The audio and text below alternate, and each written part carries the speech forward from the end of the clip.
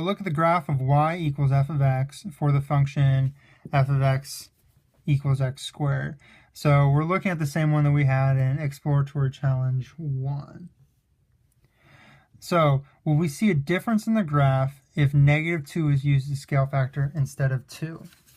So let me find that graph and then we can look at it again. Here it is. Okay, so we're looking at this graph again. So this is our f of x graph. So if we were to make it negative, you have to remember what making it negative would do. So if we were to make this 2 into a -2, it would just flip it or reflect it over the y-axis. If we reflect it over the y-axis, then nothing's going to happen because it's a mirror image of itself. It's already on both sides. So would it change it? No.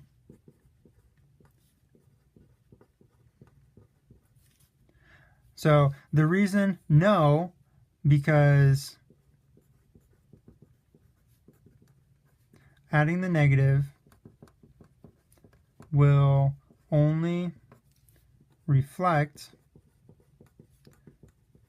the graph over the y-axis.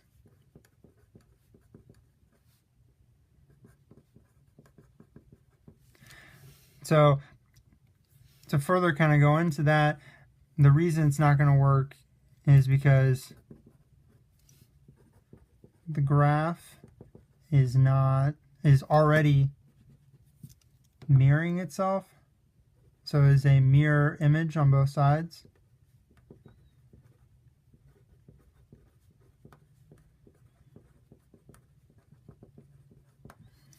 So the graph is a mirror image on both sides. So it would look the same.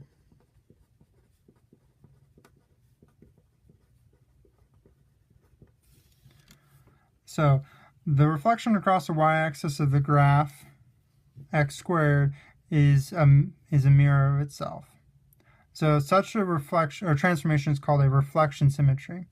What is the equation of a graph of the reflection symmetry for the graph of the reflection symmetry of the graph y equals f of x?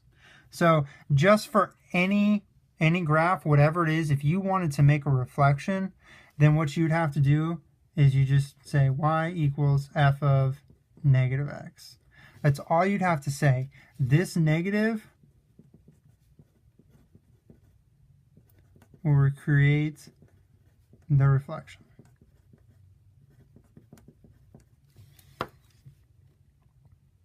So that's pretty much it. I am going to write a couple questions out for right after this that you can look at and see, do you understand what's going on? If I was to change these, is it moving it down? Is it moving it right? All those different things. Okay, so these are the different kind of equations that I want you to look at and see if you can identify what's going on between each one.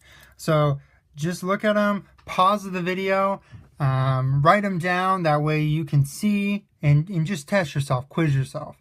I will want you to work this out and show the teacher before you end up getting your homework. So on Wednesday, you're going to be showing me. If you're watching this on Thursday, then you're going to show it to your substitute. After that point, then you can get the homework, then you can start working on it. So pause the video at this point, give yourself a chance to answer it, and then I will start working on them, and you can see if you were right or wrong.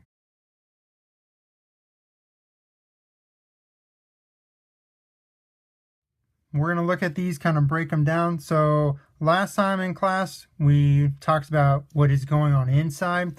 So inside here, if we're adding 2, we're going to be translating it 2 to the left. It's a double negative. It's going to make it a positive. So translate 2 left. So 2 units left. Change that. 2 units. We're going to do 2 units left, and we're also translating again this -3 on the outside.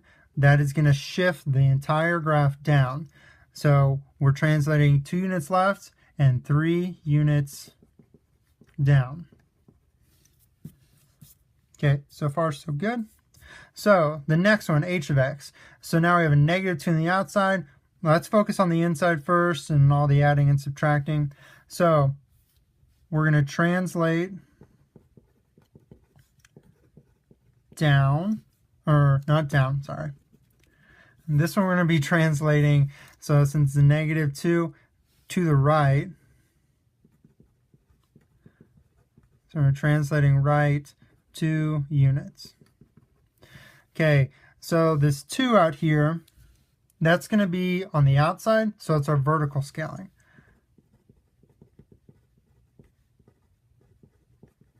So our vertical scale is going to increase by a factor of 2. And the last thing to talk about is the negative out front. So the negative out front will flip the, or I guess it wouldn't be flipped, it'd be reflect. Reflect the graph over the x-axis. Since it's outside, we're going to be flipping it over the x-axis. Okay, so in here, on this one, now I have the f out front. It really doesn't change much. It just means that we haven't plugged this into our original equation. So you're not going to have anything squared in here. You just plug it into your original equation. So compared to our original equation, I'll just address this on the outside first. It's just a little bit easier to address the adding and subtracting things. So this one, the negative 2 will translate down 2 units. So it's just going to translate the entire graph down 2 units. So this 1/3 x means that it's going to actually end up stretching it. So it's going to stretch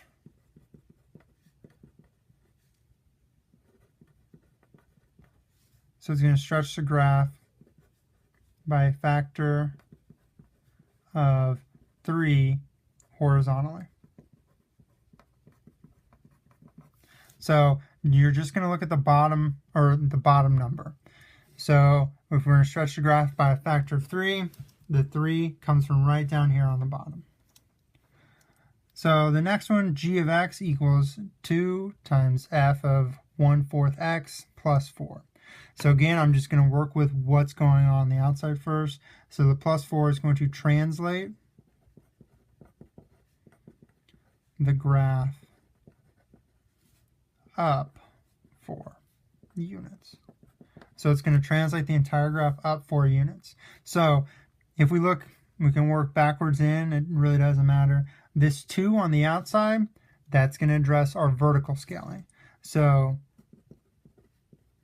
the vertical scale,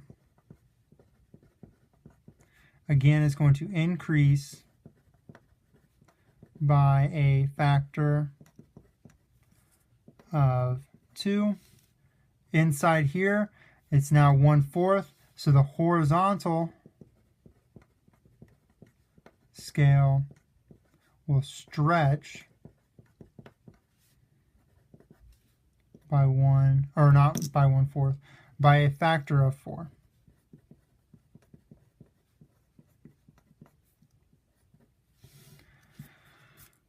So one more. So on this last one, p of x equals f of 3x plus 2. So I'm going to again go with the positive 2 first. We actually ended up addressing it right up here on the first one. So it's going to translate 2 units left. So we're going to translate 2 units left. Now our scale, so it's going to be our horizontal,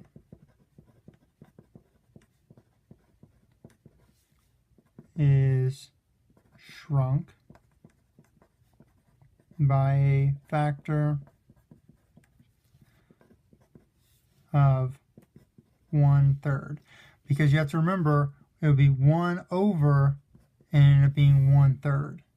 So that's going to end up being 3. So it's shrunk by a factor of 1/3.